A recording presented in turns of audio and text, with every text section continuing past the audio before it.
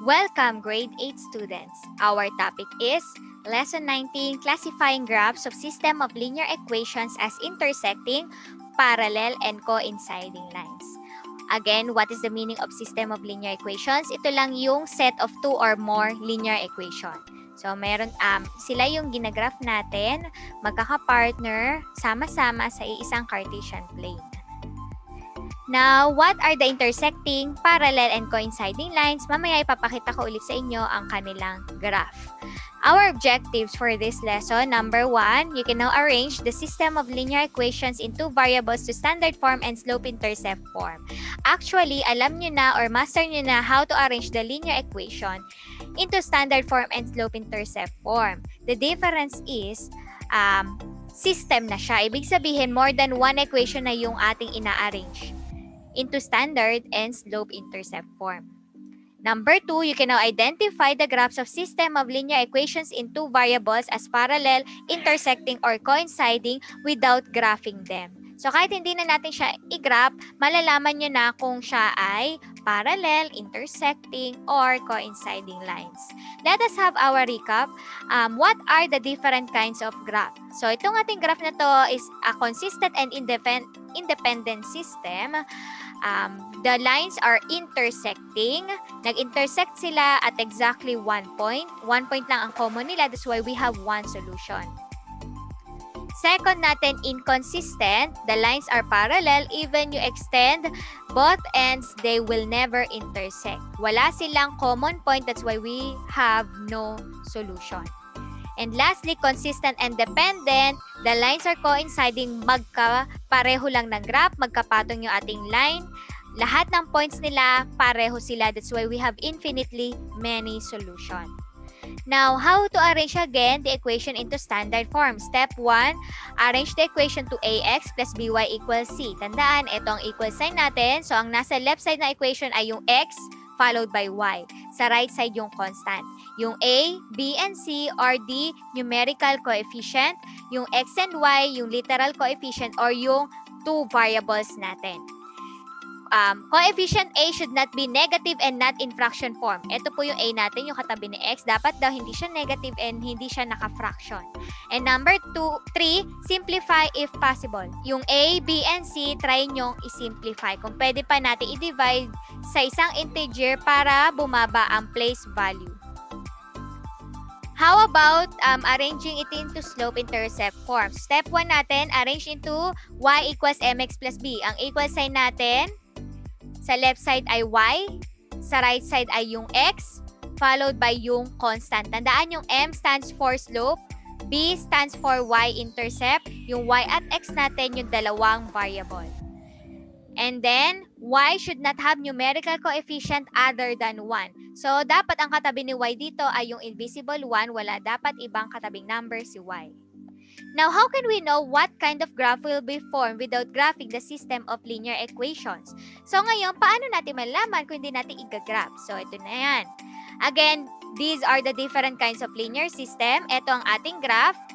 And then, ito yung ating geometric interpretation, intersecting lines. The lines are coincide, the lines are parallel. So, number of solution, ilang points ba sila nag-meet? So, 1. Infinitely many, lahat ng points nag-meet sila. And then, none. Ito naman yung kapag naka-standard form tayo. Ang gagawin nyo lang ay yung ating a sub 1 numerator over a sub 2 denominator. Try nyo kung equal siya sa b sub 1 over b sub 2. If they are not equal, automatic that is consistent and independent. Next, kapag consistent and dependent, dahil ito ay coinciding, pareho lang ng graph, lahat ng a sub 1 over a sub 2 ay equal to b sub 1 over b sub 2 equal to c sub 1 over c sub 2. Pare-pareho lang sila ng value. And then, for inconsistent, equal yung fraction ng kanilang a and b, but not equal sa fraction ng kanilang c. Next, kapag naka-slope-intercept form, dito ka naman titingin sa slopes nila. So, kapag slopes nila ay unequal, automatic, consistent, and independent to. You don't have to check for the y-intercept because it's either equal or unequal. Sa slope kasi, kapag unequal, siya lang naman ang unequal. The rest or the other two are equal naman. And then, sa consistent and dependent, kapag equal ang slopes at equal ang y-intercept, yan. And then kapag equal ang slope at not equal ang y-intercept, inconsistent naman siya. Algebraically, we can easily determine whether a system has a unique solution. Kapag unique solution, one solution yun that is consistent and independent, or whether the equations are inconsistent. Ang inconsistent parallel yun yung no solution, or dependent, ito yung coinciding lines which is infinitely many solutions if the properties are satisfied. So gamitin natin ang ating standard form. So since tayo ay system of linear equation, tayo ay gumagamit ngayon ng at least 2 linear equation. So, ang mga given natin dito ay dala-dalawa lang muna para hindi tayo masyado mahirapan sa pag-identify ng ating kind of graph. So, unang equation natin, we have ax plus by equals c. Ganon din sa second equation. Dahil yan yung standard form natin, ax plus by equals c. But since dalawa sila, we might get confused alin ba ang numerical coefficient a ng ating first equation, numerical coefficient b, and numerical coefficient c. So, nilabelan ko siya ng sub 1 kasi nga magkaiba ang value ng a, b, and c ng dalawang equation. Yung x and y, leave it as is kasi pareho lang namang x and y sila. So, it has a unique or one solution. Ito yung consistent and independent when, kapag finraction nyo yung a sub 1 over a sub 2 and hindi siya nag-equal sa fraction ng b sub 1 over b sub 2.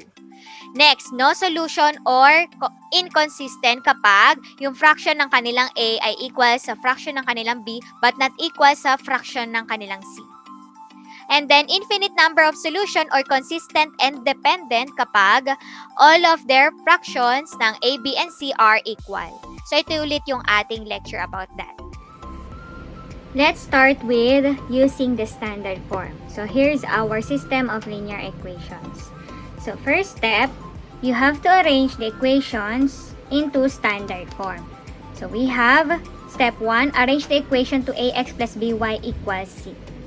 Start muna tayo sa una nating equation. Meron tayong 2x plus 3y equals 5. Is it already arranged into standard form? X, first term, followed by y, second term, equals 5, yung constant. So, it means, okay na tayo sa step 1, proceed naman tayo sa step 2. Coefficient A should not be negative and not in fraction form. Ano ang A dito? Yung A ay yung katabi ni X. So, dito, ang katabi ni X ay si 2. Negative ba si 2? Naka-fraction form ba si 2? Hindi. So, let us skip to step 3. Simplify if possible. We have the coefficients 2, 3, and 5. Sisimplify pa ba natin sila? Madidivide pa ba natin sila sa isang number para lumiit ang kanilang place value? Hindi na. So, it means this is already in standard form. So, okay na tayo sa ating unang equation. Let us have the second equation. We have, the question here is it already arranged into standard form? So, again, step 1 natin, arrange the equation to ax plus by equals c. So, x natin tama, nasa left side siya ng ating equal sign, pero ang y natin, mali. You have to remove y here on the right side. So, it means you need to make it 0. Next, ang constant natin, which is negative 8, mali din ang pwesto kasi nasa left side siya. Dapat nandito siya sa right side ng ating equation. So, it means we have to make it 0 also para matanggal siya dito sa left side. So, ganon, kailangan natin, we need to remove both of them. So, what should be added to negative 8 to become 0? Ang sagot ay positive 8. What should be added to 7y to become 0? Ang sagot ay negative 7y para maging 0 sila. Kung ano yung inverse sign nila, yun yung i-add mo sa kanila. Ganon kapag you need to make them 0. So, ngayon, bring down muna natin yung 4x kasi hindi naman natin siya kailangan gawing 0. Then, bring down negative 8.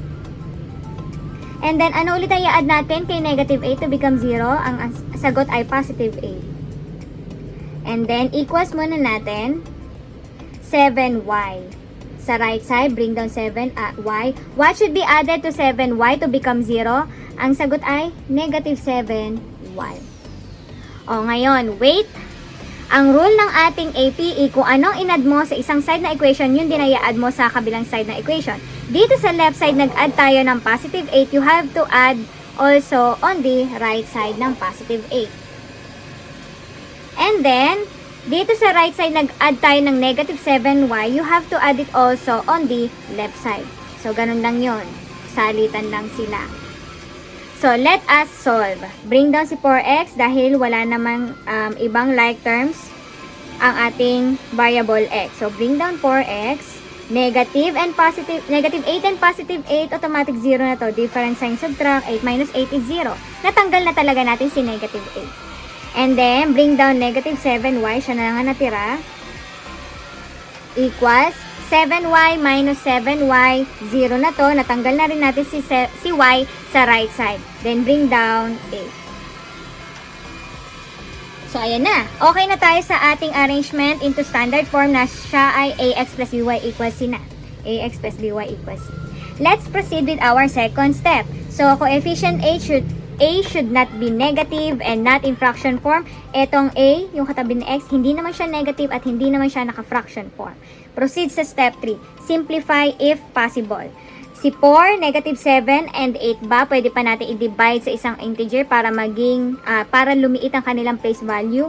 Hindi na. So, it means this is our final answer. So, after nyo i-arrange both equation to standard form, we're going to do the algebraic condition. So, ang gagawin nyo lang, you make them in fraction form yung partner na a sub 1 and a sub 2, tsaka b sub 1, b sub 2, and c sub 1 to c sub 2. So, ang a sub 1 natin, syempre, yung katabi ni x. Tandaan, ito ang ating final answer, ha? Ang a sub 1 dyan ay yung katabi ni x. So, a sub 1, dito si 2. By the way, a sub 2 dito is 4. So, ang fraction form natin dyan ay 2 over 4, comma. Sunod naman natin ay b sub 1, yung b ay yung katabi ni y, over b sub 2. So, we have 3 over negative 7. Lastly, c sub 1 over c sub 2, 5 over 8. Then after that, we're going to compare them. But before that, let us try to reduce them to lowest term. Pwede pa i-reduce to lowest term si 2/4. Pwede pa natin siyang i-divide both numerator and denominator by 2. So, 2 divided by 2 is 1. And then, 4 divided by 2 is 2. 1/2 na siya. Si 3 and negative 7, hindi na. But since positive si 3 at negative 7, different sign, magiging negative na yung kanilang fraction, ilagay mo sa mismong gitna ng gitna nilang dalawa yung negative sa tabi ng fraction bar. And then, lastly, we can also not reduce 5 over 8. So, ayan na, naka-reduce to lowest term na. Let us compare. What can you say about 1/2 and negative 3/7? Are they equal or not? So, ang sagot, not equal. And then, lastly, hindi rin naman equal si 5 over 8 sa kanilang dalawa. So, all of them are not equal. So, ang ating algebraic condition, so, ang A natin daw at B ay hindi equal. So, ito lang naman ang option natin dyan, which is consistent and independent. Yung dalawa kasi, A and B are equal.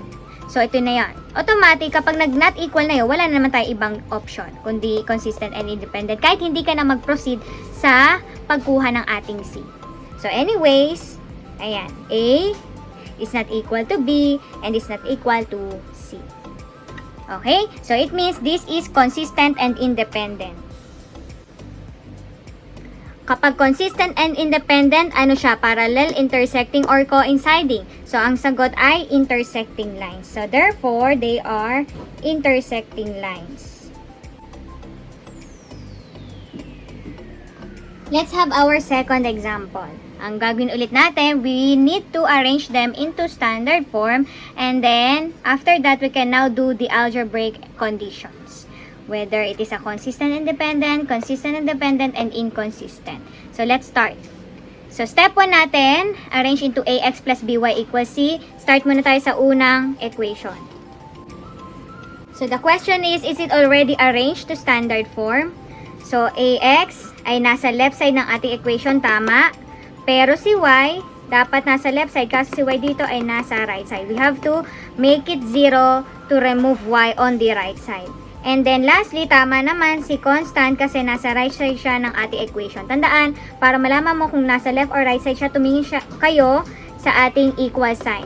So kung ang nasa ng left side ng equal sign, yun yung left side ng equation. Nasa right side ng equal sign, yun yung right side ng ating equation. So ngayon, bibigyan ko kayo ng tip. Imbis na gumamit kayo ng addition property of equality, yung mag-add kayo to make it 0, gawin nyo na lang transposition method. Ilipat mo, literally, yung y sa left side. So, ganito. Kapag nag-jump siya over the equal sign, lumampas siya sa kabilang side ng equal sign, you have to change sign of your term. So, dahil ito ay negative 6y, kapag nag-jump siya, lampas ng equal sign, it will become positive. So anyways, let us start with ax, yung may x, which is 4x. And then, followed by your y, i-transpose na natin yung negative 6y on the left side. From negative, it will become positive 6y. And then, equals yung constant, 7. Bring down 7 na lang. And then, after that, ayan na, naka-arrange na siya. X, y, constant. Step 2 tayo, coefficient a should not be negative and not in fraction form. Etong a natin, yung katabi ng x. Negative ba siya? Naka-fraction form ba siya? Hindi. Step 3 na tayo, simplify if possible. May madidivide pa ba tayo para kina 4, 6, and 7? Wala na. So it means this is our final answer. Next, let us have our second equation. The question is, step 1, arrange the equation. Ax plus by equals c. Si y, tama, nasa left side siya. Pero si x, mali kasi nasa right side. Dapat dito siya sa left side. So, you have to transpose it on the left side. Si 2, tama kasi sa right side siya. Now, let us start with x kasi yun ang unang term sa left side. So, you have to transpose negative 2x on the left side. Dahil ito ay nag-jump over the equal sign, lumampas siya sa equal sign, it will change sign. From negative 2x, magiging positive 2x. Then, bring down mo na lang si positive 3y equals, itong natira sa right side ay si 2. Next, step 2, a should not be negative and not in fraction form. Hindi naman. 3, simplify. 2, 3, and 2, wala na tayong mag-divide sa kanila. It means this is our final answer. Next, let us have the algebraic condition. So, gawin mo lang fraction form yung kanilang a, kanilang b, at yung kanilang c. A sub 1 is 4 over A sub 2, which is 2, comma, A sub 1 is, B sub 1 is 6 over B sub 2 is 3, comma, C sub 1 is 7 over C sub 2 is 2. Now, let us reduce them to lowest term. Actually, we can divide 4 by 2. 4 divided by 2 is 2. Also, 6 divided by 3 is 2. But we cannot divide it anymore and reduce it to lowest term. So this is 7 over 2. So compare them. As you can see here, 2 is equal to 2, but not equal to 7 over 2. So what kind of system is this? Ang meron tayo ay, yung A nila ay equal to B, but not equal to C. So ibig sabihin, this is inconsistent system. Kapag inconsistent, anong klase ng graph iyon? So, the kind of graph is parallel lines. Third example, arrange them into standard form. So, ax plus by equals c. Start muna tayo sa ating unang equation. Is it already arranged into standard form? So, yung x natin tama sa left side, pero dapat yung y mo ay nasa left side. Ito ay nasa right side, so you have to transpose this on the left side of the equation. And then, yung constant mo, tama, dapat nasa right side siya. Now, let us start. Unahin natin si x. Bring down 2x muna. And then, sundan ni y. From negative, it jump over our equal sign. It will change sign, magiging positive 2y. And then, equals, copy, constant 6. Next, step 2. Wala namang negative si a and hindi naka-fraction form. Step 3 na tayo. simplify. Pwede pa ba nating i-divide si 2, 2, and 6 sa isang integer? The answer is yes. Pwede pa natin silang i-divide by 2 para lumiit ang kanilang place value. So, let us divide. 2x divided by 2 is 1. Bring down x. Invisible si 1 sa tabi ng variable. 2y divided by 2 is positive y. Equals 6 divided by 2 is 3. And dahil yun na yung last step natin, this is our final answer. Next naman natin, step 1 ulit tayo. X, y equals c. X, y equals c. Ito ay naka-arrange na into standard form.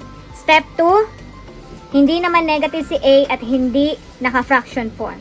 Step 3, simplify. So, meron pa ba i-divide kay 3, 3, and 9? Yes, pwede pa natin sila i-divide by 3. So, the answer is 3x divided by 3 is 1. Bring down x. 3y divided by 3, bring down positive y. Equals 9 divided by 3 is positive 3. And dahil yun na ang ating step 3, that is our final answer. So, ano napansin nyo sa dalawa? Pareho, di ba? So, anyways, you can already tell based on the equation what kind of system are they. But, let us still use our algebraic condition. So, gawin lang natin, i-fraction natin yung kanilang value ng a, b, and c. So, ang a natin dito ay 1, a sub 1 ay 1, a sub 2 ay 1 din. 1 over 1, comma. A sub 1 is 1, a sub 2 is 1. 1 over 1. C sub 1 is 3, C sub 2 is 3. 3 over 3. Let us simplify. 1 divided by 1 is 1. 1 divided by 1 is 1. 3 divided by 3 is 1. What can you say about them? So, all of them are equal. So, 1 is equal to 1 equals 1. Anong klase siyang system? So, A, B, and C are equal. It means they are consistent and dependent. Kapag consistent and dependent, parallel, intersecting, or coinciding, ang sagot ay coinciding lines. Now, let us have our slope-intercept form. Paano naman natin i-classify if the equations in slope-intercept form are consistent and independent, infinitely many solutions, or consistent and dependent, and then inconsistent. So, this is our pattern. Y equals mx plus b, both of the equations. Ngayon, nilabelan ko lang na m sub 1, b sub 1, and m sub 2, and b sub 2 kasi nga, magkaiba sila ng value. Yung m natin stands for slope, b natin stands for y-intercept. Yung y naman, pareho lang naman niya na y and x. So again, how to check kapag naka-slope-intercept form sila, consistent and independent. Ito yung one solution kapag yung kanilang slope ay not equal. Yun lang yun. Check nyo lang kung pareho ba sila na slope. Kapag hindi, automatic, consistent and independent siya. Next, no solution kapag equal yung slope pero hindi equal ang kanilang y-intercept. And lastly, infinitely many solution kapag both of slope and y-intercept are equal.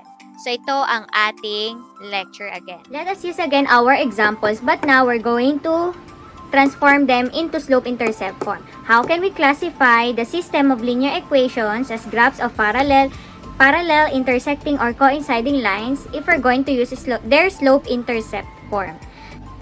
Una, arrange them into slope-intercept form. We have our steps here. And then, we will apply the conditions. All you have to do is to check their slopes, if they are equal, and their y-intercept, if they are equal or not.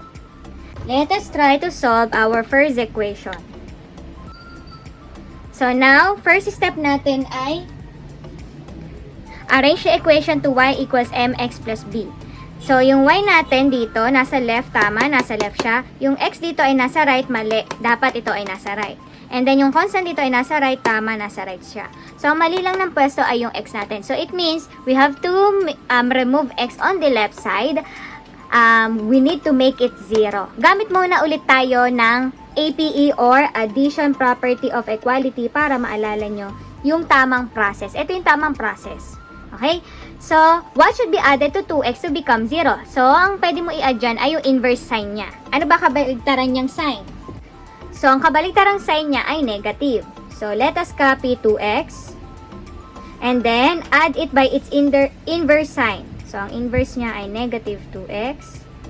And then bring down, wala tayong problem sa positive 3y and sa positive 5. Ang rule natin sa ating addition property of equality, kung anong in-add mo sa isang side of equation, yun din ang i-add mo sa kabilang side. So, we should have add negative 2x also on the right side. Now, let us solve. We can combine them. 0 na yan. Because adding different sign, subtract 2x minus 2x equal to 0. Siyempre, nagwagi tayo. Ito naman talaga yung goal natin to make it 0. Then, bring down 3y.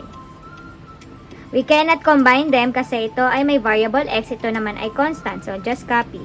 5, positive times negative, this will become negative 2x.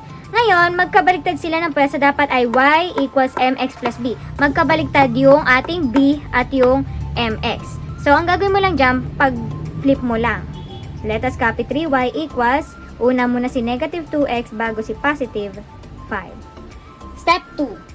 Variable y should not have numerical coefficient other than 1. Wala daw dapat katabing number si y. Kaso dito, may katabing number si y, which is 3. We have to remove 3. Kapag katabi, hindi mo siya gagawin 0 talaga totally. Gusto mo lang tanggalin yung numerical coefficient, you multiply it to its reciprocal. Ano ba ang reciprocal ni 3? Ang sagot dyan ay 1/3. Kabaligtaran. So, you multiply it by 1/3. But then, ang gagawin nyo na lang, tip ko lang sa inyo, kapag lahat sila ay naka whole number, you divide it na lang by the number. Kung ano yung gusto nyong tanggalin na number. Pero kung naka-fraction form, saka kayo mag-multiply ng reciprocal nitong number na ito. So, let us just divide them all by 3. Para ma-cancel agad natin yan. Because 3 divided by 3 is 1. Bring down y. 1y yan. Invisible ang 1 sa tabi ni y. Equals, negative 2 divided by 3, we cannot divide it. So, just copy negative 2/3 x. And then, positive 5 over 3, we cannot divide it also. So, your answer is positive 5/3. Ayan. Let us have our second equation. Now, first step natin, arrange into y equals mx plus b. Y sa left side, mali, nasa right side siya. X sa right side, mali, nasa left side siya. B sa right side, mali, nasa left side siya. Actually, ito ay naka-flip lang, naka-mirror mode. Pwede nyo na lang gawing ganyan, baligtad na lang si y equals mx plus b. Or, para mas maging formal tayo, like, para hindi kayo malito, ang gawin na lang natin is pagbalibaligtarin natin sila. Ngayon, para hindi na tayo mahirapan sa addition property of equality, pwedeng yung transposition na tinuro ko sa inyo. Transpose nyo na lang. 7y dito, si 4x sa right side, tsaka si negative 8 sa kabila. Ganyan. So, una dapat sa left side natin si 7y. Dahil ito ay nag-jump over the equal sign, it will change sign, magiging negative 7y. Equals, dito sa right side yung x. So, from positive 4x na jump siya, doon sa kabilang side na equation, magiging negative 4x siya. And then lastly, yung negative 8, nag-jump din, kailangan nasa kabilang side siya, magiging positive 8. After nun, ayan na, naka-arrange na siya.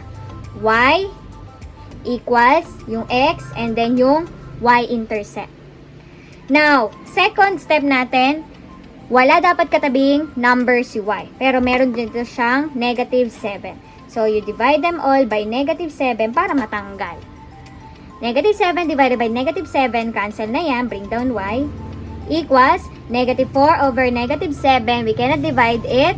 So, as is na yan, negative magiging positive 4 over 7x. 8 and negative 7, hindi rin pwede i-divide. So, as is lang yan, positive and negative sila dahil different sign sila. Yun ang rule sa ating division. Different sign is negative, same sign is positive. And tapos na tayo sa step 2, ibig sabihin this is our final answer. Ngayon, tingnan na natin yung condition. Titigan nyo yung m sub 1, m sub 2 at b sub 1 and b sub 2. Yung m natin dyan ay yung katabi ni x at yung b dyan ay yung constant. So, yung m, are they equal or not equal? So, ang sagot ay not equal. Your m is unequal. Yung b nyo, hindi rin equal. So, ano ba yung hindi equal? So, sa m pa lang natin, ang meron lang tayong condition na not equal ang kanilang slope ay yung consistent and independent. Kasi dito, yung slope nila ay both equal. So, automatically, ang ating system dito ay consistent and independent. Na ngayon, what kind of lines are they? So, ang sagot dyan ay intersecting lines. Second example tayo. Goal natin, step 1, arrange yung equation to y equals mx plus b. Let us start with our first equation. Is it already arranged into slope-intercept form? Ang y dapat ay nasa left side. Dito, ang y ay nasa right side. You have to transpose it on the left side. Gumagamit na ulit tayo ng shortcut method, transposition method ang tawag dito. Para lang mas mapadali yung pag-solve ninyo. Instead of using addition property of equality, ito yung gagamitin nyo. But then again, ang formal way of solving the equation is through APE. Ngayon, next naman natin is, yung x natin ay nasa right side dapat, yung x dito ay nasa left side, you have to transpose it also on the right side. Okay naman yung ating constant kasi nasa right side siya ng ating equation. So, let us solve. So, negative 6y, we transpose it on the other side, magiging positive 6y na siya. Equals, yung 4x, tinranspose natin sa right side, magiging negative na siya. And then, as is yung positive 7 kasi hindi naman siya ginalaw. So, ayan na, naka-arrange na siya into y equals mx plus b. Step 2. Yung y dapat ay walang katabing variable. So, anong gagawin? Divide them all by 6 para makancel na yung numerical coefficient beside y. 6 divided by 6 kasi is 1. Bring down y. Wala na. Negative 4 over 6, we cannot divide it but we can simplify it to lowest term. Pwede pa natin sila i-divide by 2. 4 divided by 2 is 2. 6 divided by 2 is 3. Yan ang reduced term. Negative, positive, different sign, kaya negative ang sagot. Bring down x.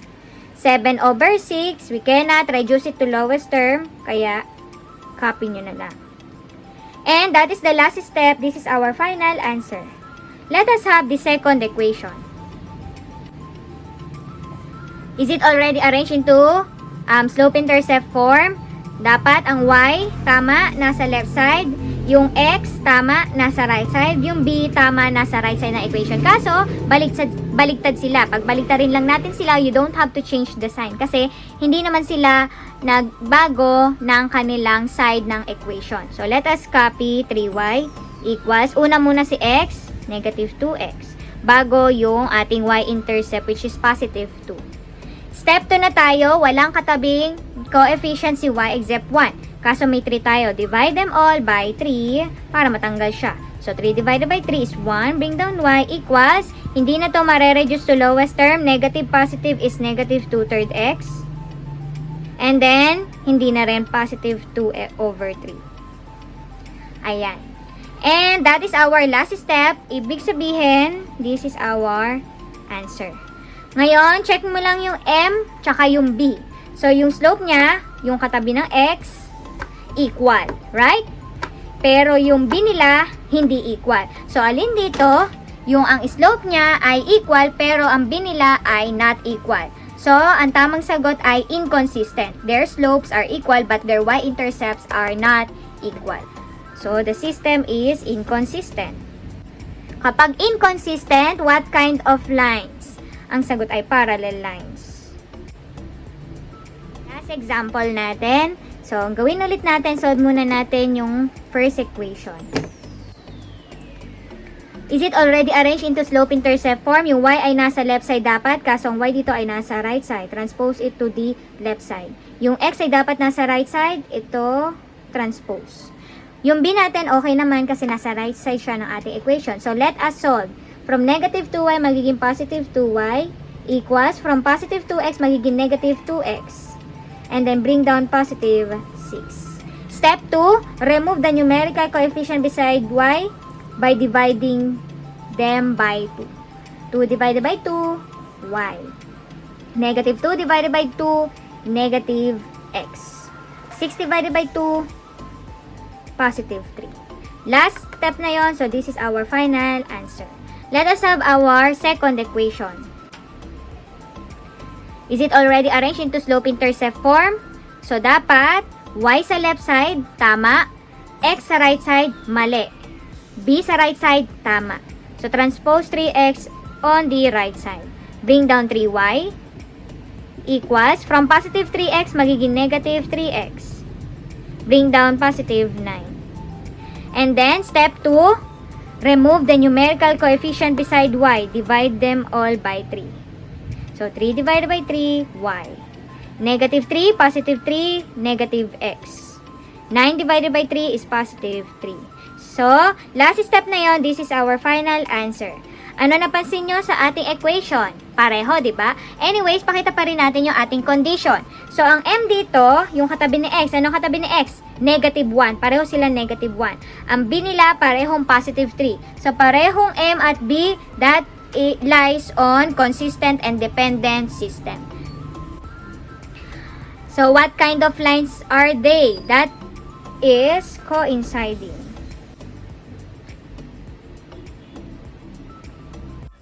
That's it. Thank you for watching.